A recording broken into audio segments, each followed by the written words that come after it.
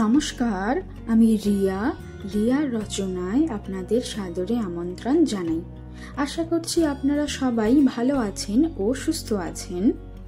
Buxa tiger রিজার্ভের মধ্যে দিয়ে আমরা এগিয়ে চলেছি ছোট মহাকাল দর্শনের জন্যে। ছোট মহাকাল যাবার আগে আমরা দাঁড়াবো রাজা ভাত খাওয়াতে। রাজা ভাত খাওয়াতে একটা মিউজিয়াম আছে, ওখানে আমরা আগে যাব, তারপর আমরা যাব ছোট মহাকালে। আমরা পৌঁছে গিয়েছি রাজা ভাত খাওয়ার মিউজিয়ামে। এই হচ্ছে এর বাইরের দিকের অংশটা। এবারে আমরা আস্তে আস্তে ভেতরের দিকে যাব। গেট দিয়ে প্রবেশ করার পরে আপনারা প্রথমেই যেটা দেখতে পাবেন, আপনাদের বাঁদিকে রয়েছে একটা হাতির স্ট্যাচু। এই স্ট্যাচুটা এখানে দেখি আমরা একটু সামনের দিকে এগিয়ে যাচ্ছি। এখানে বিভিন্ন ধরনের বোর্ডও দেয়া রয়েছে। আর এইখানে এই মিউজিয়ামটার ভেতরে এখানে যেসব পশু পাখি প্রাণী রয়েছে তাদেরই অবিকল করা রয়েছে। এর ভেতরে আপনার এক্সপিরিয়েন্সটা অবশ্যই ভালো হবে, কারণ আপনারা হয়তো এই পশু বা পাখিগুলো হয়তো দেখতে পাবেন না এই জঙ্গলের মধ্যে, কারণ সবসময় এরা আপনার চোখের সামনে আসবে না। কিন্তু এর ভেতরে গেলে আপনারা এগুলো সম্পর্কে দেখতে পারবেন এবং এদের সম্পর্কে আপনারা বিভিন্ন তথ্যও জানতে পারবেন। এই জঙ্গলেরই অনেক পশু পাখি যারা মারা গিয়েছে তাদেরকে এরা সংগ্রহ করে এমন ভালোভাবে রেখেছে যে যুগ যুগ ধরে আপনারা এটা দেখে যেতে পারবেন। এখানে দেখুন সেইগুলোই রয়েছে। এখানে একটা চিতাবাঘ রয়েছে, এগুলো সব অনেক রকমের বাঘ, সেগুলোর আমি সঠিকভাবে নামও জানি না। এখানে কিছু সাপেরও ওই ছবি দেওয়া রয়েছে।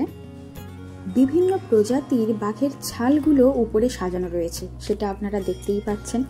এদিকে রয়েছে বিভিন্ন প্রাণীদের ডিম এখানে রয়েছে। এত যে ডিম এখানে রয়েছে যেটা আমি জানি না, এগুলো হচ্ছে এই পাখিগুলোর ডিম। এছাড়াও এখানে আরো অনেক কিছু দেখার রয়েছে। এই যেমন ধরুন এই কাঁচের বাক্সের মধ্যে এখানে বিভিন্ন প্রাণীদের, ছোট ছোট প্রাণীদের জীবাশ্মগুলো অ্যাকচুয়ালি রয়েছে। আমরা খুব উৎসাহ করে এগুলো দেখছিলাম। আর এদিকে হিমাংশু ও আমার বোন, এখানে ওরা কি দেখছে সেটা আমি বুঝতে পারছিলাম না। আর এদিকে কিয়া একজন কার্নেলের কোলে রয়েছে। আর্মি অফিসারদের একটা গ্রুপ তাদের ফ্যামিলি নিয়ে এসেছে এখানে পিকনিকের জন্য, তাদেরই একজনের কোলে এখানে কিয়া উঠে রয়েছে। আর এদিকে দেখুন এই এত ধরনের প্রজাপতির ভ্যারাইটি এই জঙ্গলের ভিতরে দেখতে পাওয়া যায়। এগুলোর তো মনে হয় আমি কোথাও একটাও নিজের চোখে দেখিনি। রাজা ভাত খাওয়া মিউজিয়ামের ঠিক পিছনেই রয়েছে একটা অর্কিড বাগান। এখানে বিভিন্ন ধরনের অর্কিড চাষ করা হয় আর এখানে বিভিন্ন প্রজাতির অর্কিডের সম্ভার রয়েছে।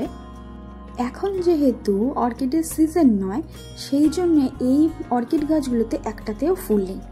আমরা শুধুমাত্র এই গাছগুলোকেই দেখলাম আর এদের ভ্যারাইটি সম্পর্কে অল্প বিস্তর একটু জানলাম। এইটুকু জায়গার মধ্যে কত রকমের অর্কিডের ভ্যারাইটি রয়েছে। খারাপ বিষয় এই যে এত অর্কিড দেখলাম কিন্তু একটাও ফুল আমরা দেখতে পেলাম না। অর্কিড ফুল দেখতে পেলাম না তাতে দুঃখ নেই, এই যে এত সুন্দর দৃশ্য আমাদের জন্য অপেক্ষা করছে সেটা বা কম কিসে বলুন তো। আমরা জয়ন্তের গদাধর নদীর এখানে পৌঁছে গিয়েছি। প্রথমে আমরা এখানে একটু খাওয়া দাওয়া করব, এখানে তারই প্রস্তুতি চলছে। এরপর আমরা যাব ছোট মহাকাল দর্শনের জন্য। ছোট মহাকাল দর্শনের জন্য আমাদেরকে কিছুটা ট্রেকিংও করতে হবে। এই সময়টাতে কিয়ার বয়স 1 বছরও হয়নি। ও এই জায়গাটা দেখে এত খুশি হয়েছিল যে খুশিতে দেখুন আনন্দে আত্মহারা, যেন একা একাই চলতে শুরু করছে। এই সময়টা তো একটু একটু হাঁটতে পারে, তাই বাবা ওকে ধরে নিয়ে এই রকম করে হাঁটাচ্ছে।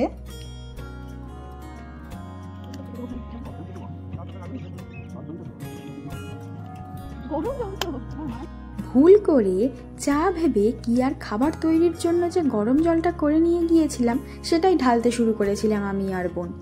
এখানে আমরা এখন বসে একটু খেয়ে নিচ্ছি। আমরা আমাদের জন্য পরোটা, ফুলকপি আলু পনিরের তরকারি ও ডিম সিদ্ধ করে নিয়ে গিয়েছিলাম। আমরা এই প্রথমবার কোনো একটা আস্ত নদীর চড়ার উপর বসে খাচ্ছিলাম, আমাদের বেশ ভালো লাগছিল। চাটা পাতলা হয়েছে কিনা বলুন তো আপনারা, আমাদের খেতে মোটেই ভালো লাগেনি। খাওয়া দাওয়ার পর্ব শেষ করে এবার আমরা এই নদীর উপর দিয়েই হাঁটতে শুরু করেছি ছোট মহাকাল যাব বলে। এই নদীর উপর দিয়ে হাঁটতে আমাদের একটু কষ্ট হচ্ছিল বটে, তবে বেশ সুন্দর লাগছিল। তারপর আমাদের যে ড্রাইভার ছিল ও উনি আমাদের কষ্ট দেখতে না পেরে এই গাড়িটা নিয়ে আসে। তারপরে আমরা গাড়ি করে ছোট মহাকালের নিচ অবধি চলে যাই। এত দূর আসার পরে তবে আমরা নদীতে একটু এই জল দেখতে পেলাম।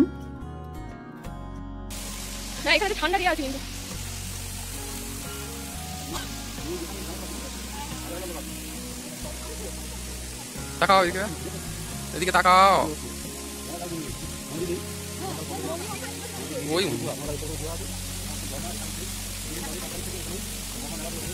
ঝর্ণার ঠান্ডা জলের সাথে পরিবেশটাও কেমন ঠান্ডা ছিল। আমরা বেশ আনন্দ করছিলাম এখানে। আর এদিকে দেখুন কিয়া ঘুমিয়ে পড়েছে, মা ওকে নিয়ে বসে রয়েছে এখানে। ও এই প্রথমবার কোনো ঝর্ণার কাছে এসেছে, তাই আমরা চাইছিলাম ও একটু জেগে এই জায়গাটা দেখুক, এই অনুভূতিটা ওর যাতে হয় প্রথমবার। আমরা ট্রেক করে উপরে চলে এসেছি। মহাকালের নিচ অবধি আমাদের গাড়িটা এসেছিল। তারপর বাকিটা জায়গা আমরা ট্রেক করে ছোট মহাকাল পার করে এই ঝর্ণার কাছে এসে আমরা কিছুক্ষণ এখানে নিজেদের মতো আনন্দ করলাম। কিয়া ঘুম থেকে জেগে ওঠার পর ওকে নিয়ে আমরা সবাই মিলে একটু করে ফটো তুললাম, বা নিজেরাই নিজেদের মতো একটু ফটো তুললাম। তারপরে এখান থেকে আমরা আস্তে আস্তে আবার নিচের দিকে নামতে শুরু করলাম। এই হচ্ছে এখানকার ছোট মহাকাল। এখানে মহাদেবের মূর্তি রয়েছে এবং এখানে মহাদেবের পুজো করা হয়। পুজো দেবার কোনো প্ল্যানিং আমাদের সেইভাবে ছিল না, সেই জন্য আমরা এখানে পুজো দিলাম না। এখানটা একটু দাঁড়িয়ে আশপাশটা একটু দেখে তারপরে আমরা আরও নিচে নামতে শুরু করলাম। শিবরাত্রি উপলক্ষে এই ছোট মহাকাল ও এর থেকে আরও কিছুটা উঁচুতে যে বড় মহাকাল আছে সেখানে খুব ধুমধাম করে পুজো হয়। এখানে আশপাশটাতে দেখুন তারই প্রস্তুতি চলছে। আস্তে আস্তে করে প্রচুর দোকানপাট বসতে শুরু করে দিয়েছে এখনই থেকে। আমরা আগে থেকে জানতাম না শিবরাত্রির দিনে এখানে এত বড় করে পুজো হয়। আমরা যদি সেটা জানতাম তাহলে আমরা চেষ্টা করতাম শিবরাত্রির ওই সময়টাতে আসার, কিন্তু আমরা যেহেতু জানি না তাই আগেই চলে এসেছি। কিন্তু এখানে এসে আমাদের খুবই ভালো লেগেছে।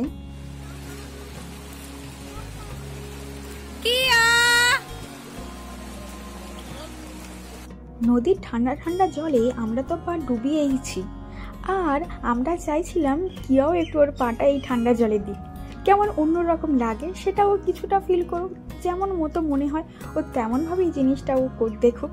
সেই জন্য ওকেও আমরা একটু জলে নামাচ্ছিলাম। তবে জল বেশ ঠান্ডা ছিল, ওই জন্যে ও বেশিক্ষণ জলে পা দিতেই চাইছিল না।